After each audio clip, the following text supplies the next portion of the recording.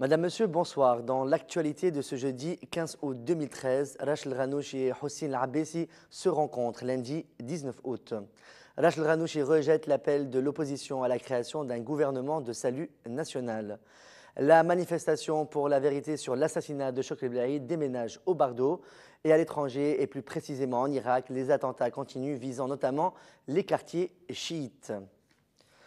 Le leader du mouvement Nahda Rachel Ghanouchi a déclaré lors d'une conférence de presse qu'un entretien avec Hossein Al-Abbesi, secrétaire général de l'UJTT, aura lieu ce lundi 19 août 2013. Cet entretien portera sur la poursuite des négociations engagées à l'initiative de l'UJTT.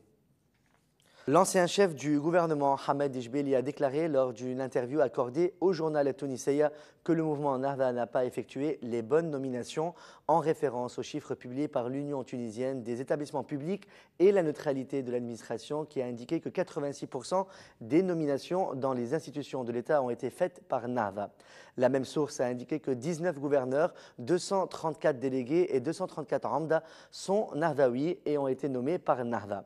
Hamed Ijbeli a précisé que ces nominations ne représentent 1 sur 1000, ajoutant que des partis veulent interdire n'importe quelle nomination par Nahda sans permission. Il a déclaré qu'en tant que chef du gouvernement, il pourrait nommer des PDG, précisant que le parti qui remporte les élections a le droit de nommer celui qui est en accord avec son programme. Rachel Ghanouchi, leader du mouvement Nahda, a rejeté l'appel de l'opposition à la création d'un gouvernement de salut national, considérant que ceci aura des répercussions dangereuses et négatives sur le pays. Ghanouchi a déclaré que l'appel à un gouvernement de salut national ne répond pas aux défis exposés en cette période délicate. Il a souligné que ce genre de gouvernement ne pourra pas gérer le pays dans son état actuel. Rachel Ghanouchi dit soutenir un gouvernement composé de plusieurs personnalités appartenant à des partis politiques. Toujours dans les déclarations de Rachel Ghanouchi, qui est revenu sur les événements violents survenus en Égypte, il a indiqué qu'en Tunisie, il n'y aura pas de Sisi en Tunisie, en référence au général Abdel Fattah al-Sisi, chef de l'armée égyptienne. Rachel Ghanouchi a appelé à l'union et au consensus pour relever le pays de la crise actuelle, indiquant qu'il faut tirer la leçon de ce qui s'est passé en Égypte à travers le dialogue. Il est aussi revenu sur la situation politique actuelle dans le pays. Ghanouchi a déclaré que le gouvernement actuel ne sera pas dissous car il s'agit d'un appel illogique. Il a expliqué sa position, donnant l'exemple du dernier remaniement ministériel qui a pris 6 mois et ajoutant que la situation par laquelle passe le pays ne permet pas un vide au niveau de la gérance du pays. Mohamed Jmour, dirigeant au sein du Parti des Patriotes démocrates unifiés, a annoncé que la manifestation hebdomadaire pour la vérité sur l'assassinat de Chokri Belaïd prendra désormais ses quartiers au Bardo, délaissant ainsi l'avenue Habib Bourguiba à Tunis. Mohamed Jmour a souligné l'attachement à la vérité sur l'assassinat de Belaïd et à la révélation de tous les détails concernant cette affaire. Dans la suite de l'actualité, le ministre des Affaires étrangères a déploré la situation dangereuse par laquelle passe l'Égypte. Le ministère a publié un communiqué dans lequel il condamne fermement l'usage de la violence à l'encontre des manifestants égyptiens.